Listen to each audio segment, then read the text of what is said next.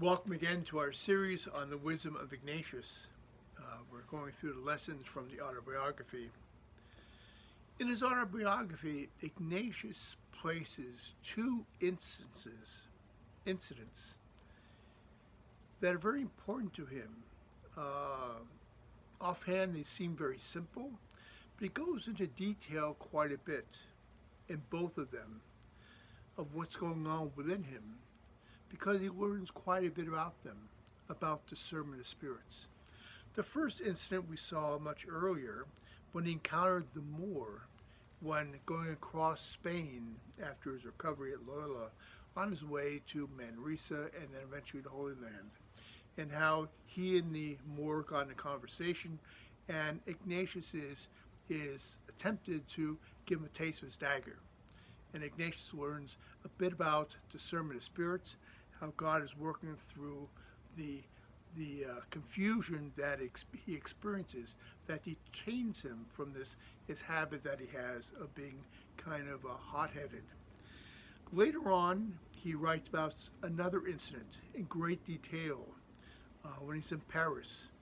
Remember that when he first goes to Paris, he entrusted the money that he had squirreled away to a Spanish roommate, a young fellow who goes through it. And Ignatius is greatly inconvenienced by his money being squandered. So he writes this about a couple years later in his experience at Paris. The Spaniard, whom he had as one of his first companions, who had squandered his money without recompensing him, left for Spain by way of Rouen. While waiting for passage at Rouen, he fell sick. Ignatius, knowing of this young man who had squandered his money, now ill, very ill in Rouen, which is a city a couple days' journey away from Paris, decides to go visit him, to help him, to recommend him to God and so forth, to minister to him, spiritual conversation, and be of help. However, while recommending this adventure in prayer, he was seized with a great fear until he went to the church of St. Dominic, and there determined to go as was said, when all the fear of tempting God passed away. But the next day, the morning of his departure, as he was getting up early, he was seized with so great a fear that he could hardly get his clothes on. What's going on here? Ignatius decides to visit this young man, and then all of a sudden he says he's overcome with fear. What is this fear? The fear, I believe, is the memory of how this person inconvenienced him. And so this memory arouses resentment in him.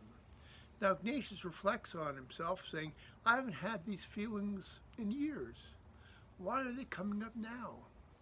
And he determines that he's being influenced by forces beyond his control, and that this confusion, this fear, these feelings of resentment are actually from the evil spirit trying to detract him from doing a good deed, a deed that he had his heart set on, that had already been commended to prayer, has been confirmed by God, and so forth. So he learns a great deal from this experience, how the spirits work. When Ignatius is in the habit of doing good, as in this case, has a good intention, doing good things, the evil spirit will always try to distract us by arousing resentment or other feelings that would catch us off guard and try to deter us from a particular good intent and good action. So Ignatius learns a great deal from this. That's why he devotes so much time to this particular incident in his autobiography. It's kind of a bookends with that incident with the Moor that we saw much earlier, where Ignatius was in the habit of doing bad, although he didn't realize it, and the good spirit is confusing him to to challenge that bad habit. Here's the opposite. He's in the habit of doing good, and the evil spirit is trying to stir up resentment and other emotions to get Ignatius off track. So he learns quite a bit, and he puts these stories in his autobiography to teach us a lesson, to pay attention to how we're influenced and what feelings come up, and to discern the feelings from where they rise and from where they are going. And remember that God is always speaking to us through the language of love. That's how God communicates, loving feelings, loving desires, loving thoughts. And Ignatius is able to discern correctly these different emotions, where they're coming from, where they're going, and he overcomes them and continues to go to Rouen and minister to this young man. Thank you very much.